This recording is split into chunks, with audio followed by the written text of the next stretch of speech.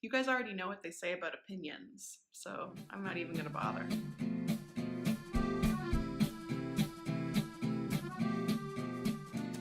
There's a mistake I see people making all the time, and it's not necessarily a negotiation mistake, but it most definitely impacts the results you get in your negotiations. That mistake is crowdsourcing your prices. Crowdsourcing on some things is fabulous.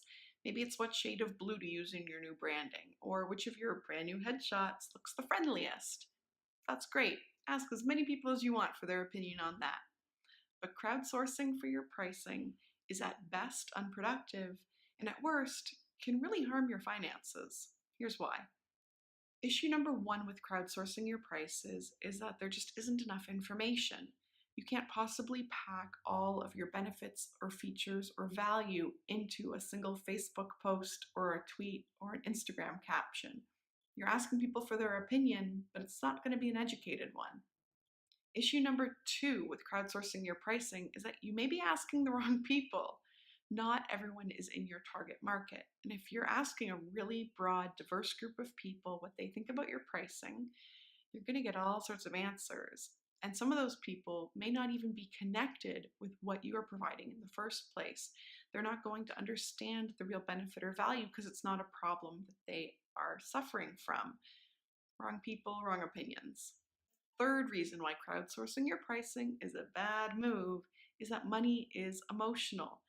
Everyone has some sort of emotional baggage when it comes to finances or money. It impacts the way we think about money. And take, for example, that you ask the question, how much should I charge for my new group program? Someone in that group has just been handed a $2,000 car repair bill. Any number that you throw out there as an idea is going to seem like a whole lot of money because they're in the middle of a very stressful financial situation. But you're not going to know that when they answer. You won't have the information you need to best comb through the results you're getting. Crowdsourcing will hurt you whether the numbers go low or go high. The numbers go too low and you're leaving money on the table. You've just given up profit. You're not going to be feeling really great about each one of those sales because you're putting in way too much work and getting way too little reward. But the numbers going high can be just as bad.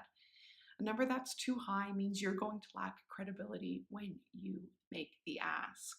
You're going to give a number to a client, you're going to send it over in a proposal, and it just won't make sense to them because it hasn't been based on the value they will really experience. Now, just because crowdsourcing is off the table in terms of how to calculate your pricing, not all is lost. Don't worry. I've got some great resources for you on the blog at devonsmiley.com, and I'm going to link to them in the description below so that you can read up on the questions you need to ask when you're formulating the best prices for your business. Now, there are fresh videos here each and every week, short and sweet like this one, to help you build the skills you need to be a negotiation pro. Make sure you don't miss a moment by hitting the like button and subscribing. Got it? Good. I'll see you next time.